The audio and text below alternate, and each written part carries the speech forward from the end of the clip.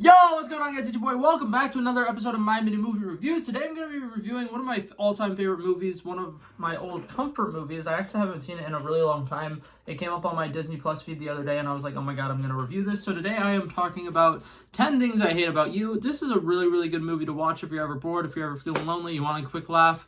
Very good movie. It's not a very long movie. That's something I prefer about some of the older movies compared to newer movies. Nowadays, almost every movie is like 2.5 hours. This movie, about an hour and a half, it's literally the perfect length. Everything is timed well. The pacing is great. The acting is great. All of the comedic stuff in this was actually really good, back when jokes could be funny without people being offended. Really, really loved it. Personally, I would definitely recommend this movie to anybody who hasn't seen it. Now, one thing I'm really excited about getting to review this movie, compared to other movies that I've reviewed in the past, I have literally zero flaws with this movie. I've watched this movie probably about 20 times in my lifetime.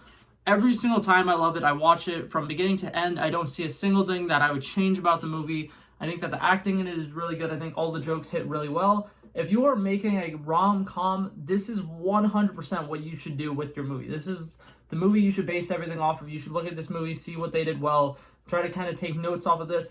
Something I like about this compared to other rom-coms, a lot of rom-coms, they try to kind of steer mostly onto the comedic side of things and away from, the romance side. And something that I think this story does really good is there are multiple different romance stories being played out in this movie.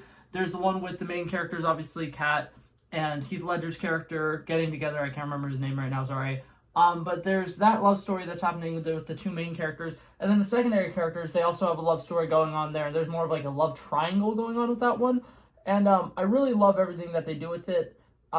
Some things that I really like about this movie, for one, Heath Ledger's character. This guy is somebody who, is kind of drawn out in a way that you're going to be looking at him and you're going to be thinking, oh my god, he's a bad influence, he's a smoker, he's not a great guy. And they kind of show that he's just like a lighthearted dude. He's just like everybody else. You guys kind of give him a bad rap before you really get the chance to know him. And I think that character is kind of like what Eddie from season 4 of Stranger Things was trying to be. Not exactly, because, they're a little different. He was more gothic, into rock and roll, whatever. Whereas this character that Heath Ledger is portraying is just somebody who's the typical bad boy vibe of the old 90s aesthetic.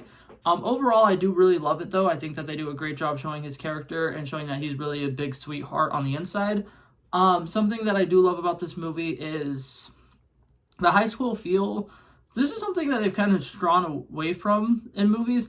Nowadays, in TV shows and movies, if they're showing high school stuff, it doesn't feel like how high school actually is. Like, people are, kind of not gonna, I don't want to say they're more mature, but they're grown up, they understand things. And nowadays you watch high school movies, teenage movies, or whatever, sex is never brought up, drugs never brought up. It's something that happens in actual high schools, but they're always like, oh, well, we can't show that that's something that happens in high school because we don't want people to start thinking that it's okay to do these things, and they're afraid that they're going to be glorifying it.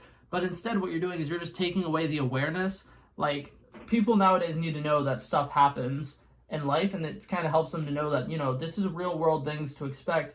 But nowadays, a lot of high school shows, a lot of high school movies, they're all, really childish. And I kind of really hate it, because it's like, you can show what actually happens in high school. It's okay, we know what actually happened in high school. So that's another thing that I really like about this movie. I personally don't like watching a lot of older movies, but I will say this, older movies are always better at showing the realism. They're more realistic to life, and I really love it.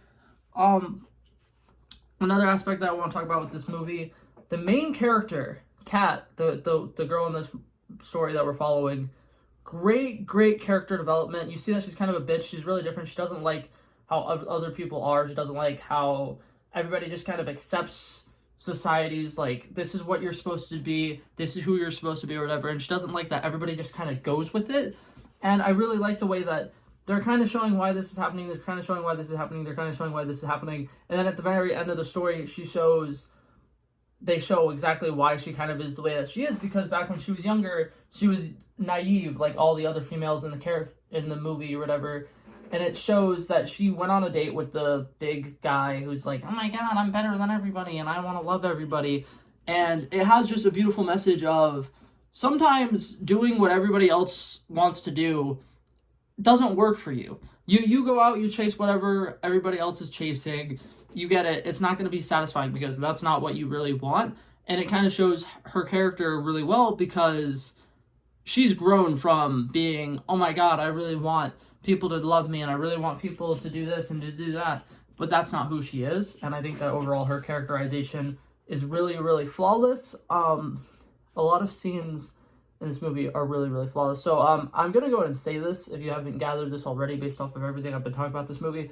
I give this movie a solid 100. Like, this is a perfect movie. I absolutely love it. The comedy in this movie is really, really good. It's not forced down your throat. A lot of the jokes as well in this isn't necessarily just a punchline that's really cheesy and corny. There's a lot of facial expressions. Both of the main actors, Heath Ledger and the lady who plays the main woman, both of them have great facial expressions, and they have a lot of jokes that are their body language versus just straight up, oh, here's me saying something that's funny. But yeah, so I just wanted to make a video about that, talking about that movie. It's a really good movie. If you haven't seen it, definitely go watch it. It's on Disney+. But yeah, that's all I had to say for this video. Hopefully you guys enjoyed it, and I'll see you guys in the next one. Peace out.